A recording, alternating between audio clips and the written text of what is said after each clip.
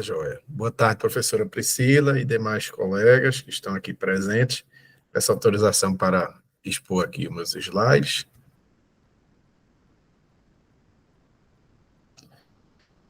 Então, a publicação que eu vou fazer hoje, ela deu ensejo ao meu projeto de mestrado.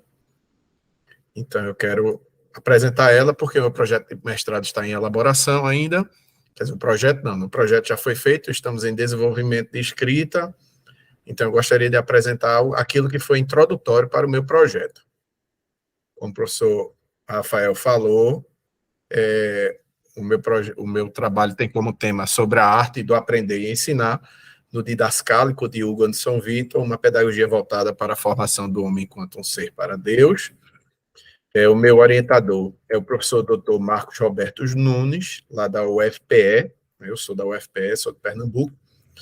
E quero iniciar com as minhas considerações finais, apresentando uma breve definição sobre a palavra pedagogia, né, que tem origem na Grécia, paidos, criança, agodé, condução, ou seja, o pedagogo, a pedagoga significa o condutor, a condutora de crianças, aquele ou aquela que ajuda a conduzir o ensino.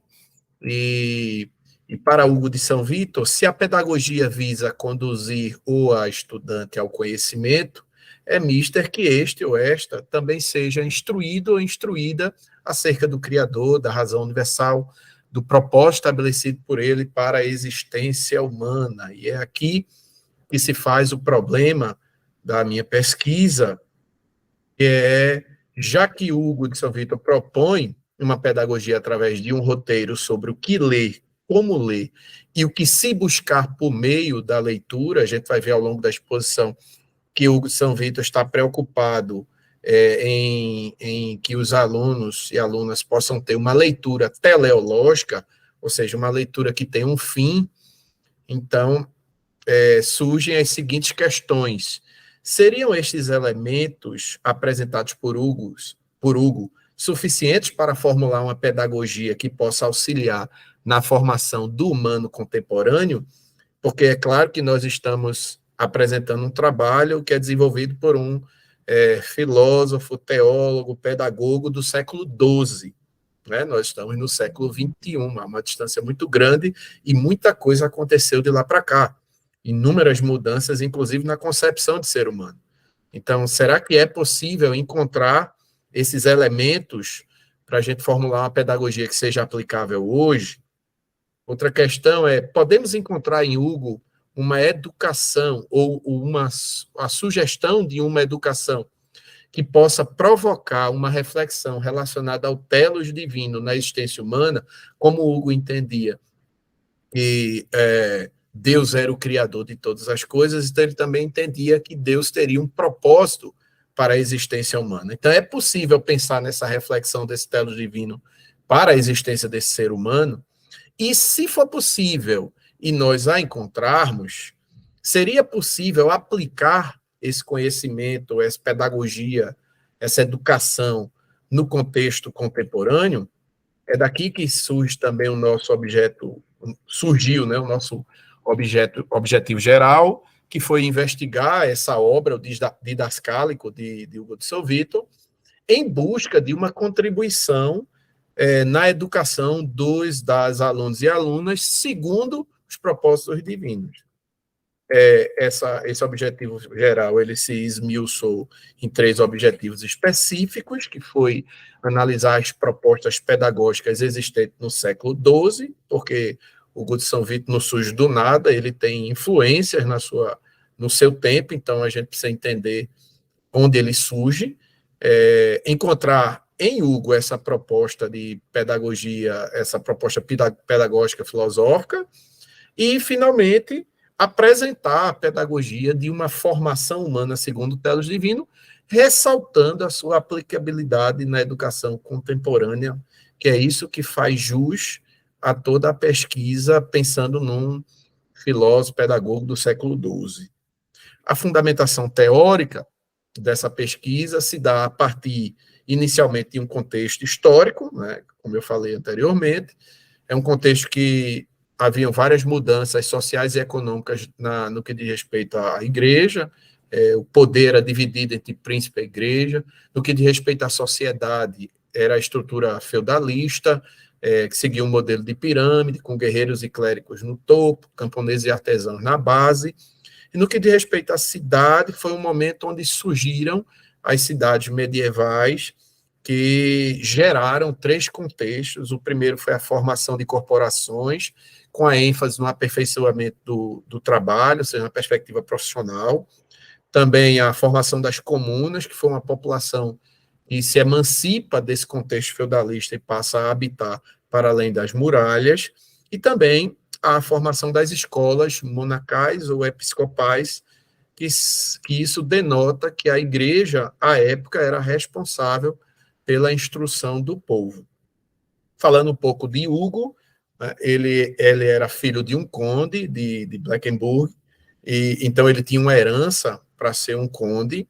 Ele é influenciado por Guilherme Champoux, o seu tutor, né, digamos assim, que era o fundador da abadia de São Vítor, e é nessa abadia de São Vítor que 2 grandes pensadores são formados, um deles Hugo de São Vítor e outro Ricardo de São Vítor, que é vai ser o seu sucessor na abadia de São Vítor.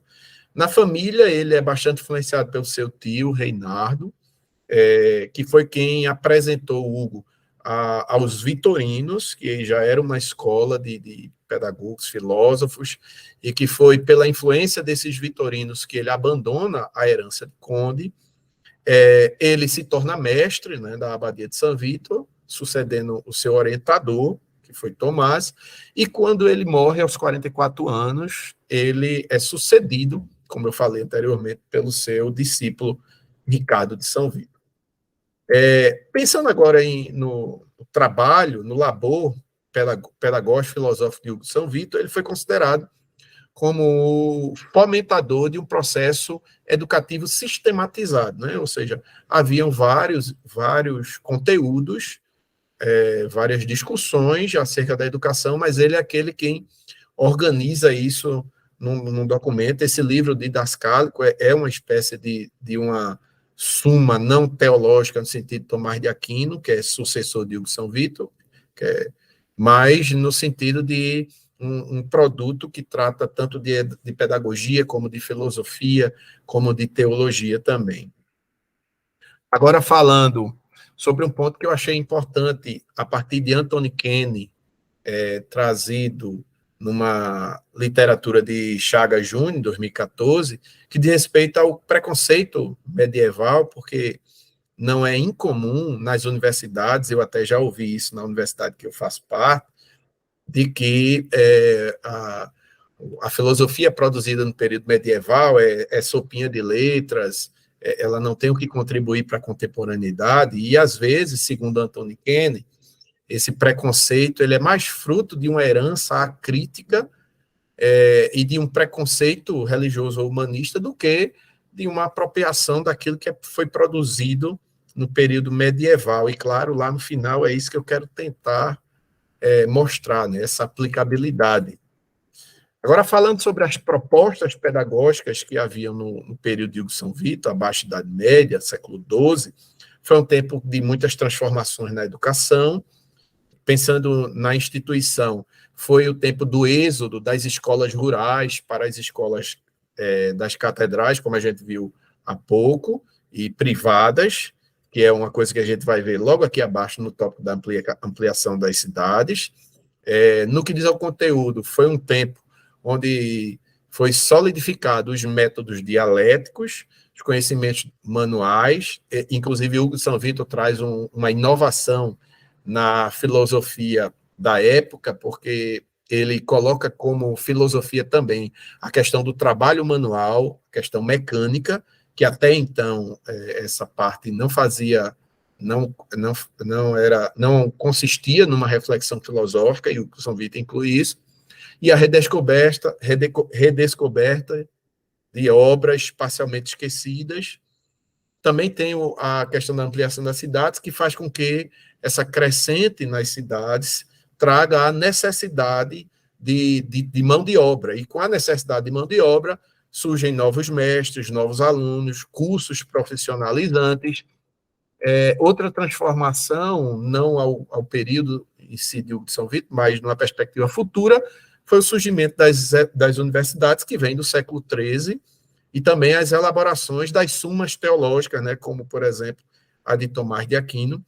Contudo, a pedagogia de Hugo de São Vito é uma pedagogia de resistência, e é aqui que eu penso que ela tem muita relação com o contemporâneo, porque ela trabalha a formação do indivíduo, ela trabalha a formação de um cidadão, e ele pensa nessa formação integral, ou seja, unificando tanto a formação espiritual quanto a formação intelectual do indivíduo. Então, Hugo está pensando numa formação que contempla todos os aspectos do ser humano medieval. O Didascálico, agora olhando mais especificamente para a obra em questão, é um livro que é composto por 6 livros, os 3 primeiros dedicados ao conhecimento das coisas do homem, através da leitura dos escritos literários, e também os 3 últimos dedicados ao conhecimento das coisas de Deus, pela leitura da Sagrada Escritura, mais uma vez reforçando o último ponto, essa ideia da integralidade do ser humano, pensando no seu aspecto material, mas também no seu aspecto intelectual.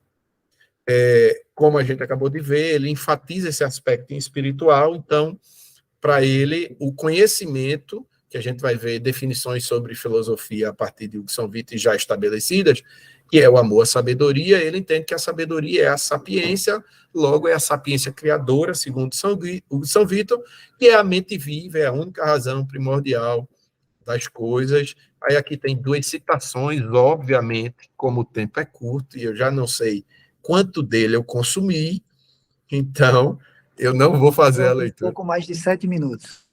Eu tenho pouco mais de 7 minutos, né? Então eu não vou fazer a leitura, senão eu vou perder meu tempo aqui.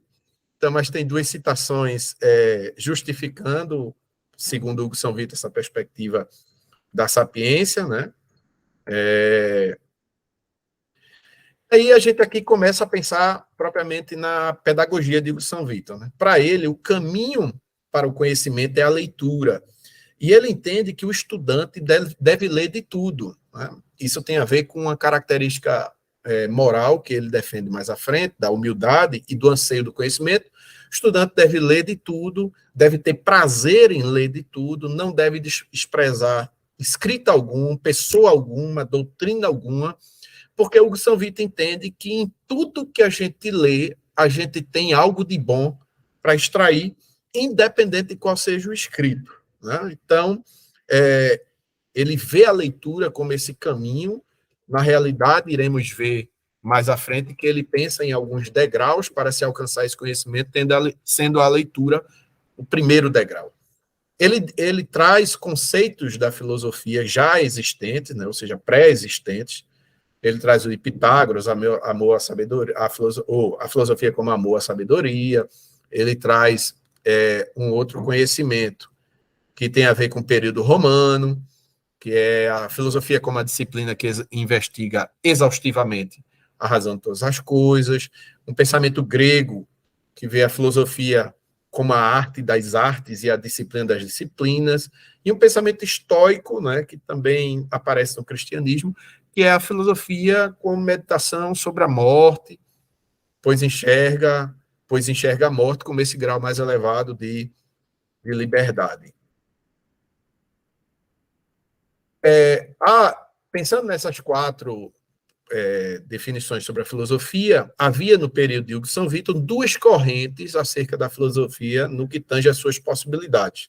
A primeira corrente era a platônica, estoica, agostiniana e isidorense, que dividia a filosofia em física, ética e lógica. A segunda era a aristotélica, alexandrina e boeciana, que divide a filosofia em teórica, prática e poética. Hugo vem com uma terceira perspectiva da filosofia, unificando elementos das 2 já existentes, mas lançando mão de um elemento inovador, que é o trabalho manual, a perspectiva mecânica. Tem aqui uma imagem que foi tirada da tradução de Antônio Martione, sobre essa estrutura da filosofia, mostrando aqui a mecânica como essa inovação. A lógica, mecânica e prática, para Hugo, é a base indispensável ao conhecimento, e a questão teórica é o caminho que conduz à sapiência, ou seja, mais uma vez, aquela estrutura de espiritualidade e intelectualidade. Onde acontece essa leitura? Hugo traz aquele conceito de ócio, né, aquele conceito grego de ócio, que é o tempo livre, onde o estudante ou a estudante se dedica em busca do conhecimento, lógico, para Hugo, o conhecimento que leva ao conhecimento da sabedoria e ao autoconhecimento, porque Hugo, mais à frente, eu acho que eu falo disso, eu já falei e não li, acho naquela citação, Hugo entende, a partir daquele adágio popular, no templo de Delfos, né, conhece a ti mesmo, ele entende que o ser humano conhece a si mesmo quando ele conhece a sua origem. Para Hugo, a sua origem é a sapiência. Mas esse ócio, onde acontece a leitura, ele precisa de um método, por isso que lá no início eu falei que a leitura para Hugo tem que ser teleológica, ele tem que ter um método, e esse método tem que ser aplicado. Quando esse método não é aplicado, Hugo identifica possíveis obstáculos, dos quais 3 estão aqui citados. O primeiro, a negligência, que significa desvio e falta de empenho, que tem como única forma de correção a repreensão. Ele também tem a imprudência, que significa desorganização ou desvio do método, e que tem como correção a instrução, mas também tem a má sorte, que significa um infortúnio, que tem como correção apenas o socorro. Na má sorte, a gente só tem o que socorrer. O ócio, onde a leitura acontece, manifesta 3 experiências nessa relação, que são as experiências da afetividade, da moralidade e da sociabilidade. Ou seja, quando a leitura acontece nesse espaço do ócio, a gente vivencia essa experiência de afeto, moral e sociabilidade, e que estas três experiências produzem o consolo, a felicidade e a bênção, mais uma vez, porque ele está linkando intelectualidade com espiritualidade. Então, acontece essa bênção, essa bem-aventurança com o encontro da sapiência.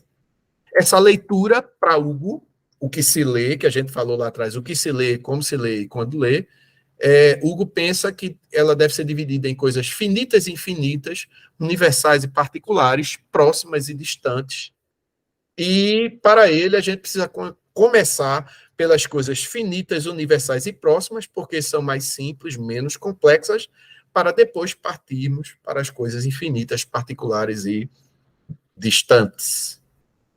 A primeira, como o primeiro degrau do conhecimento é a leitura, ele entende que a primeira leitura deve ser do trívio e do quadrívio, um contexto bem medieval, mas depois tem os demais degraus, mais 4, aqui está a citação, também não vou ler para ganhar tempo, mas ele entende que a meditação, que é o segundo degrau, deseja analisar, averiguar a verdade e tem a ver com um anseio profundo pelo conhecimento e um conhecimento claro. E os benefícios dessa meditação é o consolo da alma, que tem a ver com a questão espiritual, o encontro com o eterno, a alegria, que tem a ver com o atributo dessa relação com a sapiência, e a realização dos deveres, aquela parte moral. A meditação deve atentar para 3 coisas: a conduta, os mandamentos divinos e as obras divinas. Os demais degraus são, a gente já tem leitura e meditação, agora a oração, que tem a ver com suprir a ineficiência humana através da graça de Deus, a prática, que tem a ver com a manifestação dessa graça recebida, e a contemplação, que é o último degrau, que Hugo de São Vito entende que ele se encontra conosco quando nós estamos no 4º degrau, que é a contemplação, né, a realização desse telos, desse propósito divino. Todavia, como nós podemos enfrentar aqueles obstáculos ao conhecimento, o São Vito trabalha a perspectiva da perseverança como o desejo de subir, porque a gente pode ser acometido por qualquer um daqueles obstáculos, e eles podem nos levar para degraus abaixo, e assim a gente deve sempre nutrir o desejo de subir.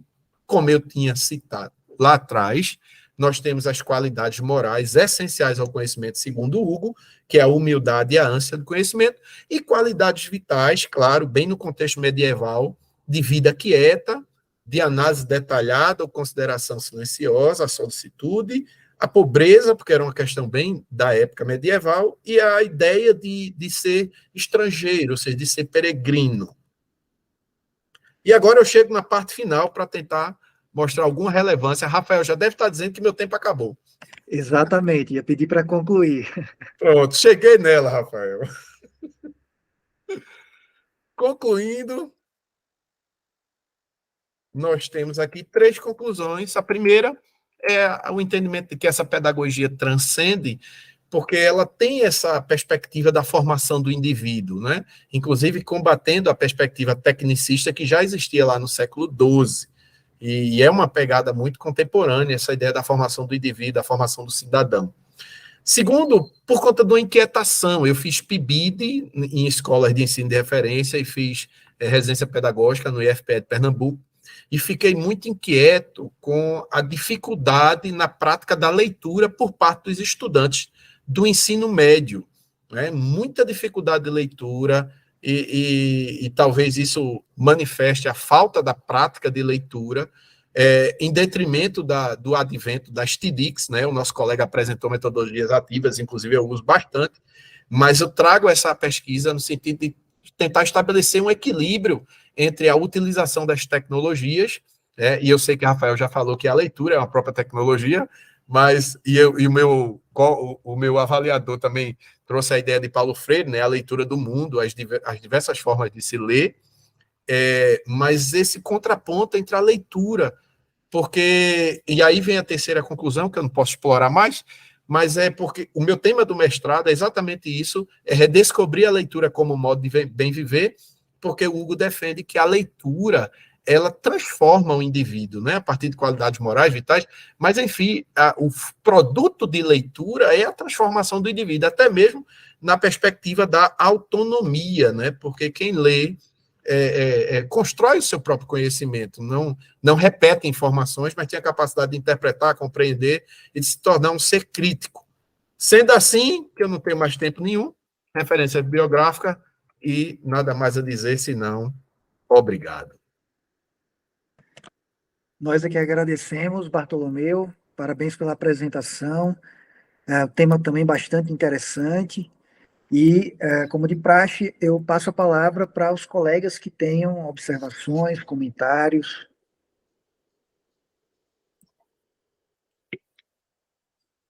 Saulo, com a palavra.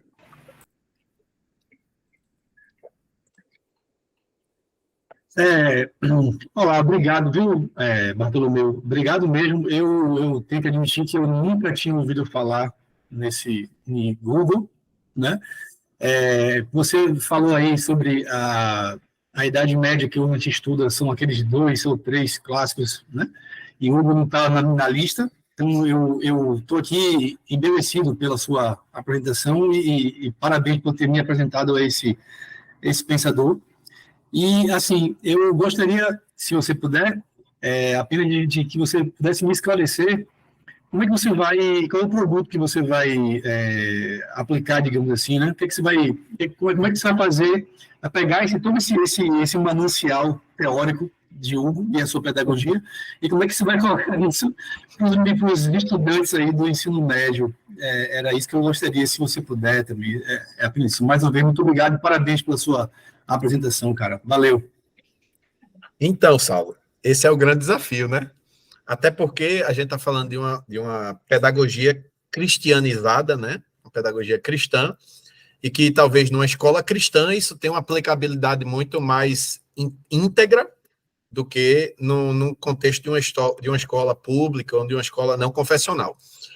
O que eu pretendo, à luz dessa deficiência ou dessa dificuldade que eu encontrei nesse meu recorte, então eu não visitei o Brasil, né? Foi no meu recorte lá, com relação à leitura, é a gente desenvolver um grupo de estudo e tentar aplicar essa metodologia de leitura de Hugo São Vitor, que diz respeito a desenvolver no aluno a humildade, essa capacidade e, ao mesmo tempo, esse desejo de querer ler sobre tudo, na perspectiva de que tudo que a gente lê, a gente tem algo a aprender, né? Então, primeiramente isso, porque a gente encontra já no ensino médio a leitura seletiva, né? Não, eu só quero ler isso. Não, eu gosto de literatura. Aí você passa um trabalho de filosofia, diz, eu não posso falar sobre tal livro, não, né? E aí quer ler literatura. Então, a gente desenvolver essa capacidade integralizada de ler sobre tudo, pensando na humildade, pensando na ânsia do conhecimento e também pensando em alguns valores vitais, como, por exemplo, desenvolver a quietude. Eu sei que isso é um conceito bem cristão, também bem estoico, né? A ideia da ataraxia, da imperturbabilidade da alma, mas pensar que hoje a gente tem, como é que eu posso dizer? A gente tem um sequestro de quem nós somos por essa perspectiva bem consumista, bem ativista, e que isso, de certa forma, impede essa concentração, essa quietude para a gente também se dedicar à meditação, à leitura. Enfim, para eu não tomar mais tempo, senão daqui a pouco eu consumo os 10. Eu quero, Saulo, tentar trazer pegar essa metodologia de Hugo, conformar ela ao nosso tempo e aplicar ela visando um diagnóstico se de fato ela traz algum contributo para o desenvolvimento dos jovens no que tange à leitura e na sua formação pessoal. Porque, repito, ele entende, é porque aqui não dá para falar tudo, ele entende que isso, inclusive, era, no século XII, uma perspectiva de autonomia do estudante. Porque ele sairia vamos dizer assim, do dogma da igreja, ele sairia do dogma da igreja para, através da busca do conhecimento por si só, alcançar a sua criticidade. Então, foi isso que me apaixonou em Hugo de São Vítor, e que eu também não conhecia. Eu queria fazer um trabalho em Agostinho, e meu orientador é agostiniano, mas ele disse, eu tenho um desafio para você. Pouquíssimas pessoas no Brasil escrevem sobre Hugo de São Vítor, e eu quero desafiar você a escrever. Desafio muito interessante, viu, José Bartolomeu? Até porque faço minhas também as palavras de Saulo. Eu já havia ouvido alguma coisa sobre Hugo de São Vítor, mas confesso que nada tão com mais profundidade como agora. E apesar de ter sido apenas em 20 minutos, já despertou também o meu interesse. Eu acredito que eu vou buscar também, pelo menos essa obra para começar, o Didascalicon, né? E a partir daí conhecer um pouquinho mais esse pensamento sobre a educação. Eu gosto da filosofia da educação, trabalho com isso, e esse é um autor que vai me ajudar a compreender melhor essa discussão que a filosofia faz no medievo sobre a educação. Pergunto se mais alguém quer fazer uso da palavra. Algum comentário? Eu tenho algumas observações aqui a fazer. Manuel de Jesus, eu ia te perguntar se tu era de Agostinho, dirigida a você a fala. Mas, então, Bartolomeu, eu acredito que sim, cara. Você fez uma provocação lá no começo da tua fala, né? Que será que seria possível utilizar o pensamento de Hugo hoje, né? Só essa valorização da leitura que, pela tua fala, Hugo de São Vítor explora, nossa, isso para nós brasileiros, isso é um tapa na cara, digamos assim, porque o brasileiro lê pouquíssimo. O brasileiro lê menos do que a média mundial, enfim, só por aí a gente já percebe a atualidade do pensamento dele, no sentido de nos incentivar a buscar fomentar a leitura, nós enquanto educadores, não só para conosco mesmos, mas para com os nossos estudantes, né, que constituem o nosso métier. Também tenho algumas observações em relação à tua fala, quando você diz que Hugo de São Vítor, ele recomenda que nós leiamos de tudo, e aí eu lembrei da carta de Paulo aos Tessalonicenses, na primeira Tessalonicenses, capítulo 5, alguma coisa, em que Paulo vai dizer mais ou menos assim, observai todas as coisas, retei o que é bom, ou seja, estude de tudo, conheça de tudo, e se tiver alguma coisa que seja aproveitável para você de alguma forma, acrescente isso ao teu repertório, ao teu conhecimento, né? E para nós, na academia, isso soa um tanto quanto, a meu ver, meio que esquizofrênico, porque você sai de uma graduação, quando você faz um mestrado, você faz uma especialização, você vai afunilando as suas referências, e você vai perdendo, muitas vezes, a noção do todo. Eu converso com os meus colegas, muitas vezes eles são puros especialistas, só falam daquilo que eles estudaram e a partir do filósofo que eles estudaram, como se não houvesse outra coisa. Não leem outras coisas além de filosofia, não leem, sei lá, história, não leem sobre matemática. E, nossa, Platão já fala para o filósofo não perder. a contemplação do todo. Ele define na República o filósofo como aquele que ama conhecer, não uma parte do conhecimento, mas o conhecimento como um todo. E aí, na universidade, nós estimulamos as especializações e acabamos criando esses especialistas que só veem as suas áreas. É claro que a especialização é necessária. Eu tive que me submeter a esse processo de especialização. Vocês estão, de alguma forma, também submetendo-se nesse mestrado profissional. No acadêmico estrito, ele é muito mais específico do que o mestrado profissional, mas nós estamos diante dessas duas, então, possibilidades, né? Essa levantada por São Vítor, apontada por Platão. Vamos estudar de tudo, mas se eu estudar de tudo, eu deixo a minha especialização. É claro que você tem que ser um especialista no mundo de hoje, mas você não pode perder a compreensão do todo, tem que saber dialogar com outras áreas, né? Então, isso chamou-me bastante a atenção, né? Sobretudo porque, de fato, nós somos bem seletivos, e saindo da academia, né? Nós, eu não gosto de ler tal autor, tal livro, sei lá, tal tipo de filme, tal tipo de escrita me atrai mais, e você vai direcionando isso, e isso acaba nos limitando indevidamente, muitas vezes, né?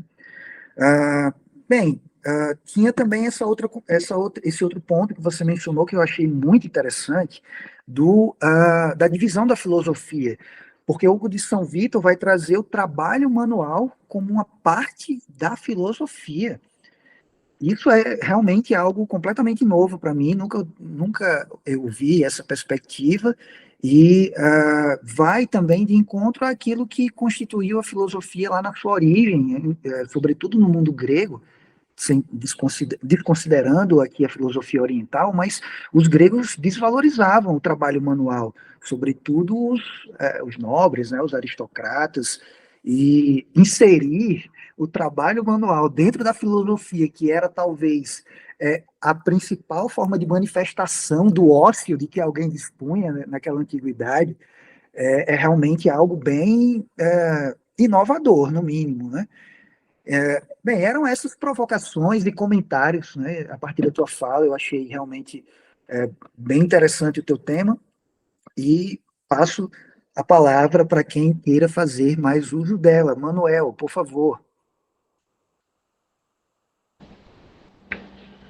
Muito boas provocações aí que o professor colocou. Eu não sei não, eu acho que o... Brincadeiras à parte, mas parabéns, viu, José?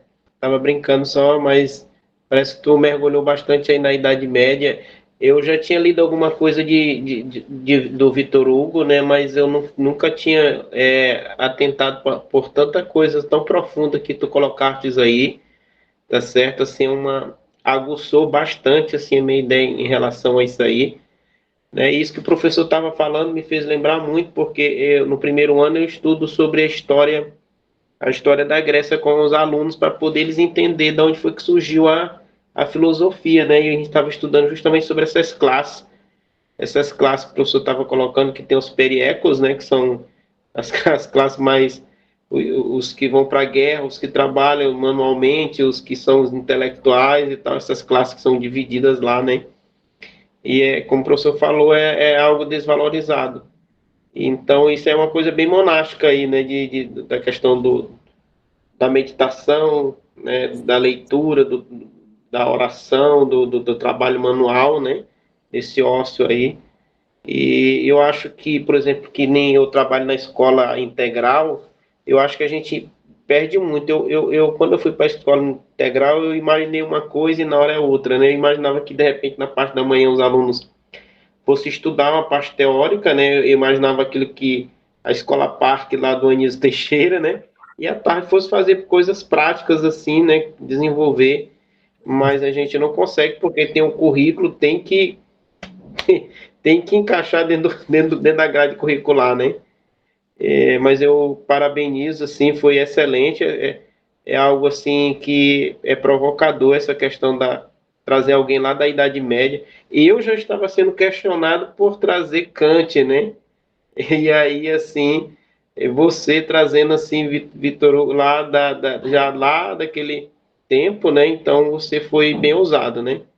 Então, assim, parabéns, que você tenha bons resultados e tenha êxito aí na sua pesquisa, viu?